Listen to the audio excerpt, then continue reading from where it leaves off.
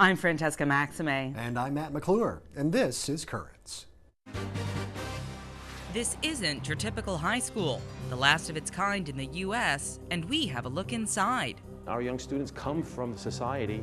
We want them to be the best members of that society as well. Primary elections are just one day away, and an opportunity you don't want to miss. The primary election is where the candidates really are chosen because we basically have a one-party system. And it's never too early to think about Christmas shopping. Lino Rulli has some suggestions. My eye was drawn immediately to why premarital sex is stupid.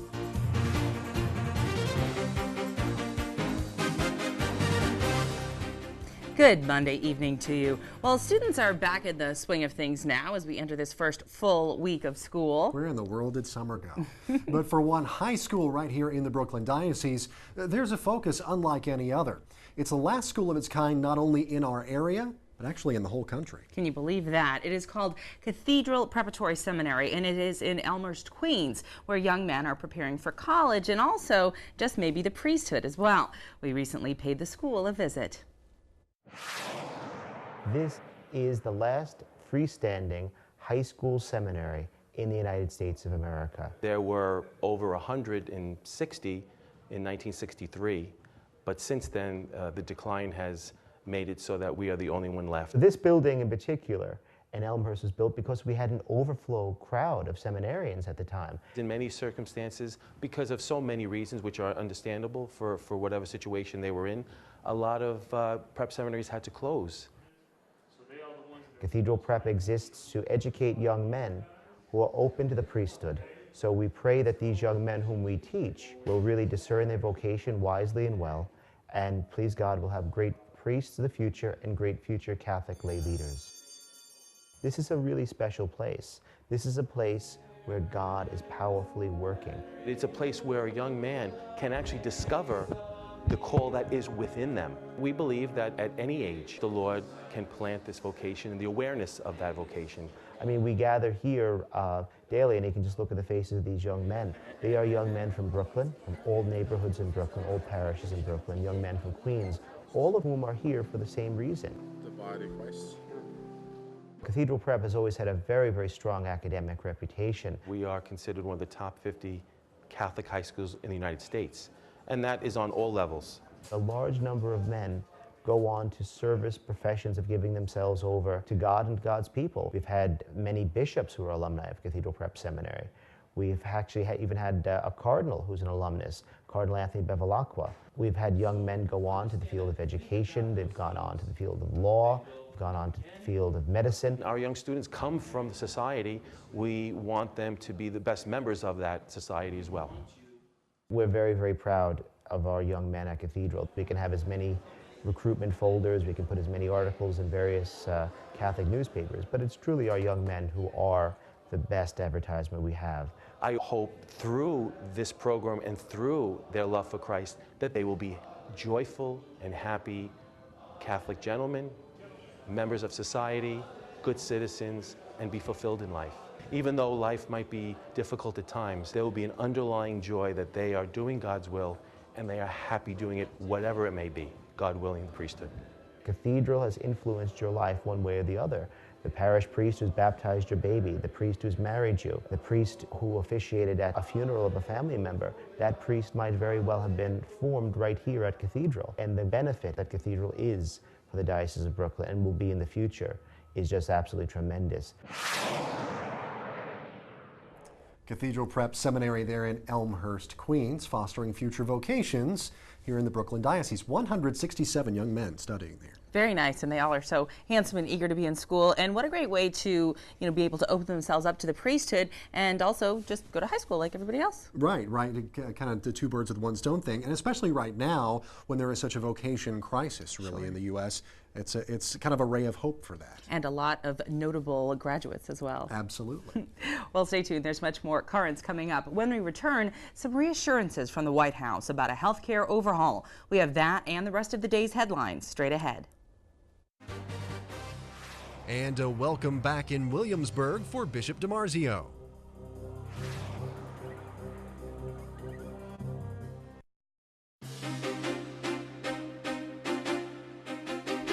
Welcome back to Currents. I'm Matt McClure. And I'm Francesca Maxime. Coming up a little bit later on the show, Lino Rulli, he invades the Garden State to visit a very unique trade show.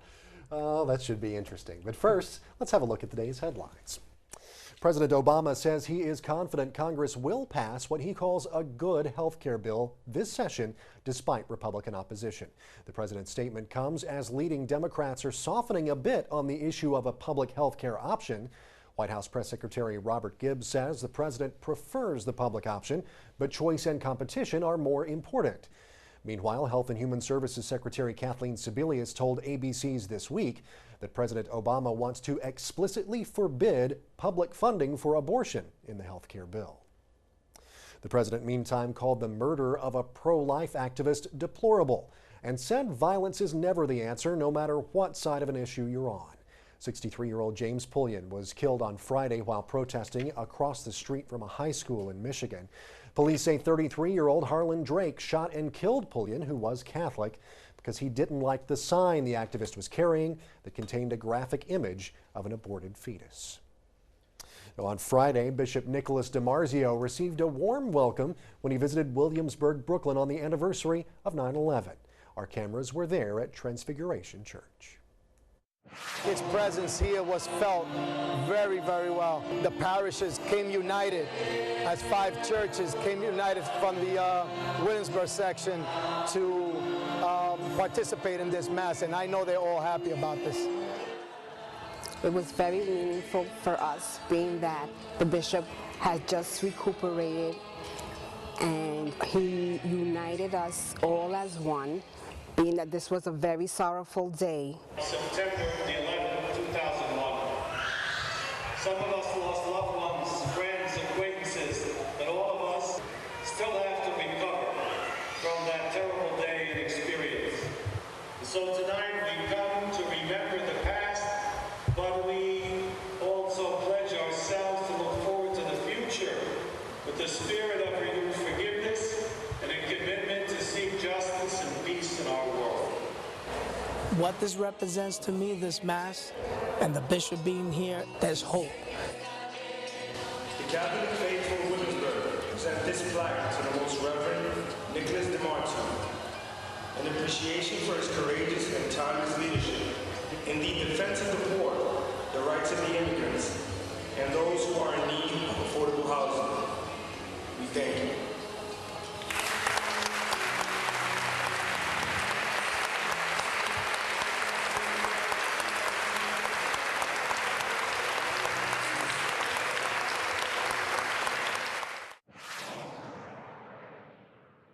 Bishop DiMarzio there, and some very appreciative parishioners in Williamsburg. Well, from Italy now, revelations of sexual abuse by priests. The Associated Press has documented 73 cases involving 235 victims over the last 10 years. While that number is relatively small compared with other countries, the AP says reports of such abuse are virtually unheard of in Italy. According to the report, the church there has had to pay only a few $100,000 to victims so far. That is compared with $2.6 billion in the U.S. Negotiations will get underway later this week between the Vatican and the Society of the St. Pius X, or SSPX. Members of the society were excommunicated in 1988 after its leader invalidly ordained 4 bishops. SSPX has objected to changes in the Catholic Church following the Second Vatican Council. Meantime, the Lutherans are dealing with a rift of their own. Some conservative congregations have left the Evangelical Lutheran Church over its decision to allow non-celibate gay clergy. But one bishop says people who had left the church years ago have told him they're coming back. Bishop Bradley Schmeling, who is himself gay, says he expects the Lutheran Church to go through a rough period, but he believes it will be strengthened by it. Well, stay tuned. We have much more currents straight ahead. Coming up, tomorrow is primary day and time to get out the vote. For the most part, most of our races for down ballot, for whether it be controller or public advocate, for most city council seats, that decision really is going to be made tomorrow.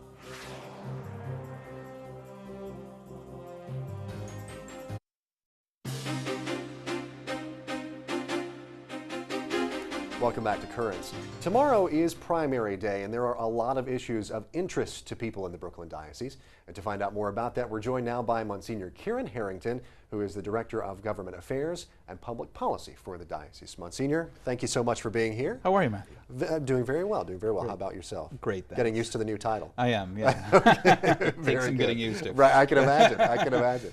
Well, why is tomorrow such an important day for especially Catholics to get out and vote in these primaries? Well, I think that primary elections really are, there's generally very little participation in primary elections, and primary elections are really critical elections, especially in our state, because if you can, in our city particularly, because you consider that the primary election is where the candidates really are chosen who are going to serve in public office, because we basically have a one-party system in New York City. Right, and a lot of people will, I guess this analogy or this statement, I guess, more goes for the general election, or that's how people envision this, but people say, if you don't vote, don't complain, because you haven't made your voice heard, and that kind of goes for this as well. Well, the important thing is that a lot of people think, well, I'm going to vote in November, and that's true. I mean, it's important to go out and vote in the general election, and we will have a contested mayoral race in the general election. Right. But for the most part, most of our races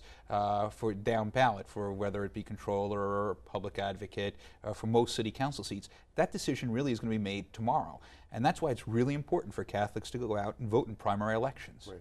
Now, what are some of the big issues that are in this election, in this particular primary tomorrow? I mean, first off, there are always revenue issues, and so issues that affect the taxation of the church and our schools and our institutions. Give you an example. The MTA surcharge tax has a real dramatic impact on our schools. One of our schools is going to pay $60,000 a year in taxes and MTA taxes. That's a big hole in a budget that they didn't really have planned for. So a lot of revenue issues have a real impact on our schools. But beyond some of the revenue issues, I mean, there was abortion clinic access laws that would prevent the bishop and prevent anybody who would pray in front of abortion clinics, same-sex marriage. I mean, there are a lot of issues that play itself out on the city council level that are important to Catholic voters. Right. Now, you mentioned two, of course, very important issues. I guess a lot of people would call them hot-button issues, same-sex marriage and abortion. This past general election, the presidential election, the Catholic vote went for now President Obama. Do you see Catholics voting with their religion as kind of a number one driving force in the way that they vote? Well, one of the big problems that I think the church faces is President Kennedy's 1960 address to the Houston Ministerial Convention, right? And I think that one of the big things that the president did unwittingly at the time, President Kennedy did, was he really divorced his moral formation from the church. In other words, what he said is that basically the church is not going to inform my moral worldview.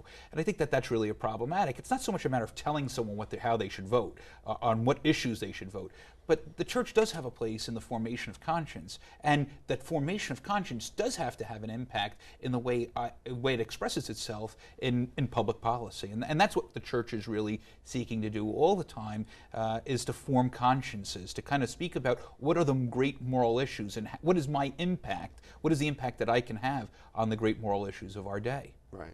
Now, we've talked a little about the turnout predicted to be low. Why do you think? I mean, why do you think people don't really pay attention to primaries as much? Of course, this year, I mean, there's been a lot of talk on the national stage about health care and all these other issues. Do you think maybe there's a lot more political noise out there that people are paying attention to, and the political noise maybe that's being made locally has turned into white noise? It's hard to say why participation is so low. I mean, it really is astounding. When you consider the importance of the right to vote and the great value that we all have as the right to vote. And my family, came from a place where there was a persecution of Catholics, and not only were they persecuted, Catholics had a difficulty in terms of being able to vote. When you consider about people in our own country, African Americans, people of color, women, they were denied that franchise, the right to vote. So it's astounding to me that people don't take advantage of the exercise of that right. Just to give you a picture, Matt, in New York City, there are about 8 million people who live in New York City. Of the 8 million people who live in New York City, about 4 million are registered voters. Of the 4 million who are registered to vote, on the general election day, will be November, about 1.3, 1.5 will vote, right? So 1.5 million people will come out and vote in the general election. In the primary election, where most of these decisions are made, 500,000 people are going to come out and vote. Wow. Basically. It's that kind of, I mean, it says to the value of our participation in the primary system in the primary elections is really immeasurable. And so who will vote? You know who votes? It's all the machines, right? Political machines, they turn out apartment buildings, political machines turn out key supporters, union workers will turn out. They all turn out for their particular candidate, and many of our Catholic voters don't come out and vote on the values that they really are committed to. Right. Now, very quickly here, because we've got to wrap up, are there any good resources out there for people to maybe go on, even just quickly, since the election, of course, is tomorrow, and find out about these candidates, maybe if they just want to get up to speed on where they stand on issues? First off, it's important that if you don't know where you have to go to vote, you can dial 311. Call 311 and they'll tell you where your polling place is, right? The polling place is going to be open from 6 a.m. to 9 p.m. So there's gives enough opportunity for people to go out and vote. So all you got to do is call 311. They'll tell you where you can go out to vote. If you're looking to see where are people on the issues, what you can do is you can take a look at first what are the issues. And by doing that, you can take a look at our diocesan website. You can take a look at NewYorkStateCatholic.org. That's another good resource to go out and find out what are the issues that are important to Catholic voters. All right. Well, it is our right. It's our privilege to do it. And so get out there and vote, everybody. See you at the polling place. Absolutely. Monsignor Kieran Harrington, thank you so much for being here today. We really appreciate it. He is head, of course, of Government Affairs and Public Policy for the Brooklyn Diocese. And stay tuned because we do have much more currents coming up straight ahead. Coming up, it's where all the clergy shop. Lino Rulli takes us on a tour. Now, do you sell these to people like me, or are these only for bishops? Well, do you want to be a bishop? I could measure you right now.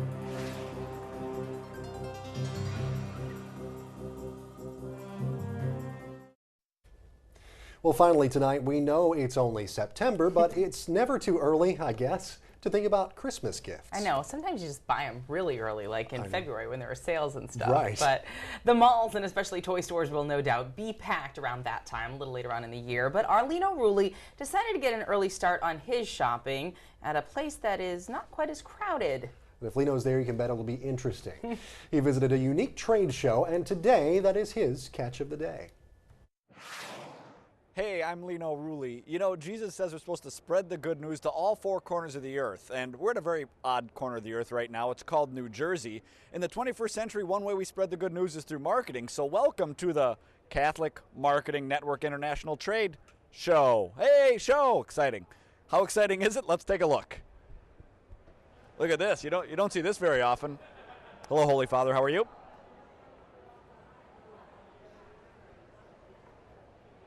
Thought the Pope was taller. Hello. Very popular here. Hello. Hello. Can always use some new clothes. Let's see how this goes. All right, what do we got here? Hi, your name is? Juanita Gordon. Hi, Juanita. All right, so you got a nice outfit here. Now, do you sell these to people like me, or are these only for bishops? Well, do you want to be a bishop? I could measure you right now. You know what? Why not measure me right now, and then someday, in case I'm called to the priesthood and they decide to ordain me a bishop, then we're on our way. Now, is this a special basket only for bishops? No, it's just a basket to collect our cards for the drawing. We're giving away a free vestment. We've designed the tapestry. It's got 15 interwoven symbols telling the story of salvation. So we're going to be having a drawing at 1:30. How's the vestment sales nowadays? Is it good? Is it bad with the economy? How are vestment sales?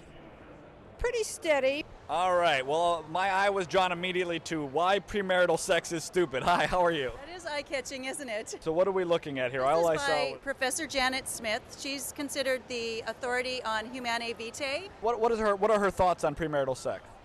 That it's not a good idea. Now, is this all from the Holy Land? It is from Bethlehem. As a matter of fact, all my crafters live on Manger Street. Your accent, I've been to Bethlehem a couple times. It doesn't strike me as an accent from Bethlehem. North Carolina. How does a guy from North Carolina end up working with the guys in Bethlehem for this sort of art? I've led tours to the Holy Land for years, and two of my dearest friends make most of my crafts here. I think they do the finest work that's made there. This is our St. Joseph statue, and it's carved from Galilee olive wood. This one has Holy Land mustard seed. Of course, it's a 14 stations crucifix made from 14 pieces of olive wood, and has mustard seed from the Holy Land in the insert down here. And of course, mustard seed is the symbol of faith. And it's also good on hot dogs. This is always the most exciting part of any exhibit hall, where people are eating food. Hello, how's the food here? Everything good? Everything good? Overpriced? A little higher than. How's what you're eating there? Outstanding. Outstanding. What do we got here? Basic ham and cheese. This is not your booth, though, correct? Right over there, St. Paul's, Alba House. You're selling less right now, you know. Yes, exactly, because we're taking time out. I wanted to check. I want to make sure everybody knew that. All right. People are getting farther away from God by you guys eating right now. Exactly, exactly. Signing this morning. All right. I'm just under the wire here, so it's almost noon. Hi, I'm Lino. Hi, Lino. Nice to meet you. I'm Karina Fabian, and I'm president of the Catholic Writers Guild. President of the Catholic Writers Guild. All right, well, let's take a look at what you're writing then. Let's see if you deserve to be president. Oh, well, I won't say I deserve to be president, but they elected me, so I'm stuck. You got any aliens in this book? I do. You got an alien? Yes, my story, Interstellar Calling, is about a teenage girl who is abducted by aliens. This alien craft lands in front of her car, and this alien steps out, and he's got a Bible in one hand and a catechism in the other. Wait, the alien is Catholic? Well, they're not at this point. You're not the president of the Catholic Writers Guild. No, a regular member. Sorry, did you vote for her? I did indeed. Is it a secret ballot? Have I just? I hope I haven't excommunicated anybody here. It is, but I'm very proud of our president. I'm glad to say I voted for her. And tell me what we got here. What are we writing here? I have a medieval thriller romance. This concerns a young knight who dashes into a burning cathedral to save the relics, but fails.